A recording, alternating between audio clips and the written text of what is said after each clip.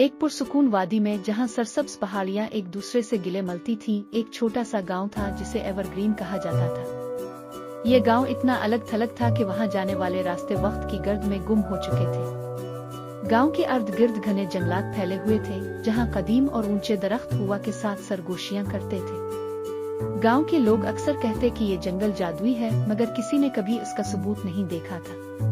गांव में सिर्फ चंद दर्जन लोग रहते थे, लेकिन वो एक सादा और खुशहाल जिंदगी बसर कर रहे थे। पत्थरों से बनी गलियां हमेशा साफ रहती थीं, और लकड़ी और पत्थर के बने घरों ने गांव को एक दिलकश देहाती रंग दिया था। गांव के बीचों बीच एक छोटा सा पथरीला चर्च था, जिसका घंटा घर कभी नहीं चला, मगर किसी को इसकी परवाह नहीं थी। गांव वाले दिन का हिसाब सूरज की रोशनी से रखते थे। उन्हीं गांव वालों में एक नन्ही सी लड़की इलारा भी थी, जो अपनी दादी के साथ जंगल के किनारे एक छोटी सी झोंपड़ी में रहती थी। इलारा बहुत तजस्सुस भरी और बहादुर थी। अक्सर वो जंगल में घूमती, जंगली फूल चुनती और परिंदों की आवाजें सुनती। इसकी दादी, एक नर मिजाज और सफेद बालों वाली खातून, अक्सर इसे जंगल के कदीम जादू और मखलूकात की कहानियां सुनाया करती थीं, जो गांव के बसने से पहले वहां बसेरा करती थी। एक शाम जब सूरज उफक के पार डूब रहा था, इलारा पहली बार जंगल में बहुत दूर निकल गई। इसने एक पुरअसरार दरख्त की कहानियां सुन रखी थीं, जो जंगल के बीचों बीच खड़ा था और जिसकी जोड़ें जमीन के दिल तक पहुंचती थी। वो इसे देखने का फैसला कर चुकी थी। जैसे जैसे वो जंगल के अंदर बढ़ती गई, दरख्त और भी लंबे और हवा में नमी बढ़ने लगी। हर तरफ दरख्तों के पत्तों की सरगोशियां थीं, जैसे कोई बातें कर रहा हो। इलारा बेमकसद नहीं चल रही थी, ऐसा लग रहा था जैसे जंगल खुद इसे रास्ता दिखा रहा हो। घंटों के सफर के बाद वो एक छोटी सी खिली जगह पर पहुंच गई, जहां सूरज की आखिरी किरणें सुनहरी रोशनी बखेर रही थी।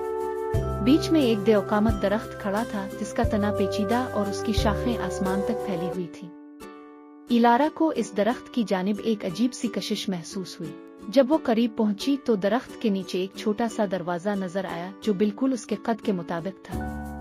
किसी झिझक के बगैर वो झुककर इस दरवाजे में दाखिल हो गई। अंदर दाखिल होते ही इसे हजारों जुगनुओं की रोशनी ने घेर लिया और फिजा में मिट्टी और ताजा फूलों की खुशबू फैली हुई थी। दीवारों पर अजीब सी चमकदार अलामतें कंदा थीं। अचानक एक नर्म मगर गूंजदार आवाज गूंजी, तुमने इसे ढूंढ लिया बच्ची। इलारा ने मुड़कर देखा तो एक रोशनी में लिपटी शख्सियत खड़ी थी, जिसके चेहरे पर मुस्कुराहट थी। मैं जंगल का निगहबान हूँ। बहुत अरसे बाद कोई इस जमीन के दिल तक पहुंचा है। निगहबान ने इसे बताया कि गांव एक कदीम जादू के किनारे बसा है और जंगल सदियों से उनकी हिफाजत कर रहा है। गांव की खुशहाली और अमन इसी जंगल की दीन थी, मगर जंगल को भी कुछ चाहिए था, ऐसा कोई जो इसके राजों को याद रखे और आगे पहुंचाए।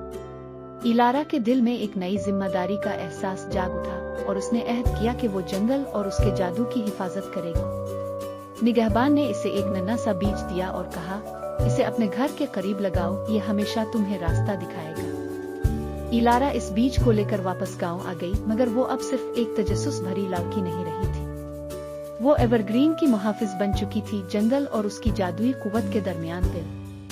इसकी निगहबानी में गांव हमेशा सरसब्ज और खुशहाल रहा और जंगल की सरगोशियां हमेशा उनके साथ रही।